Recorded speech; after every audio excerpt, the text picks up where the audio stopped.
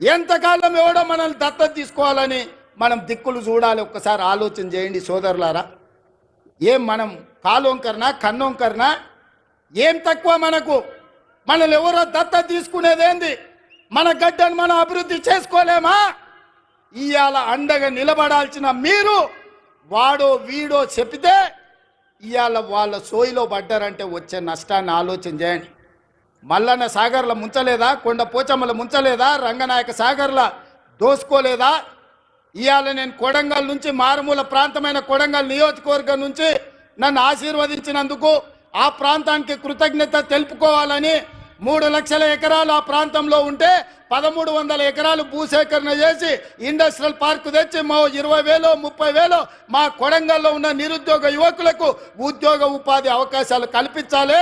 పెద్ద పెద్ద కంపెనీలు అక్కడికి తెస్తే నా ప్రాంతం అభివృద్ధి చెందాలి. అప్పుడే నా జన్మ ధన్యమవుతుందని నేను ఒక ప్రయత్నం చేసిన. ఏమడిగినా ఈ తెలంగాణ రాష్ట్రంలో దాదాపుగా 2 కోట్ల ఎకరాల భూమి ఉంది.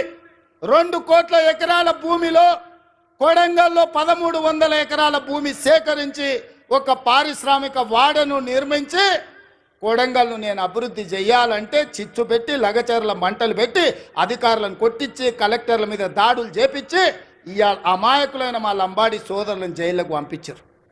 నేను ఆయనలోనే చెప్పిన, వాళ్ళ మాయమాటలు నమ్మకండి, వాళ్ళు ఉచ్చులో దించుతున్నారు.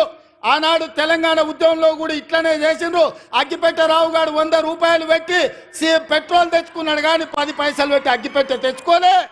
ఈ అగ్గిపెట్టె రావుని నమ్మకుర్రా నాయన అని చెప్పిన. ఆయన మా పిల్లలు ఆవేశపడి నమ్మిపోతే ఇవాళ కేసులు అయినాయి. ముఖ్యమంత్రిగా ఉన్న ఇవాళ నా దగ్గరకు వస్తారు, సార్ నువ్వే ముఖ్యమంత్రి కేసులు తీయని.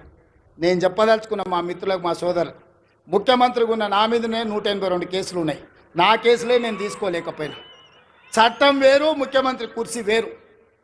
ఇవాళ వాళ్ళ మాయమాటలు నమ్మి మీరు కేసుల్లో ఇరుక్కుంటే బెయిల్ ఎప్పుడు వస్తుందో తెలియదు, మన కుటుంబాలను ఎప్పుడు కలుసుకుంటామో తెలియదు. నేను అడగదలుచుకున్నా, మీ భూములు గుంజుకొని ఏం చేస్తాను? నేను సాప చుట్టి ఇంటికి తీసుకుపోతానా?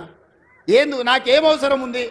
ఇవాళ 1300 ఎకరాలు కొడంగల్లో భూమి తీసుకుంటే నేను పట్నం తీసుకుపోయేది ఉందా, లేకపోతే కొండారెడ్డిపల్లికి తీసుకుపోయేది ఉందా?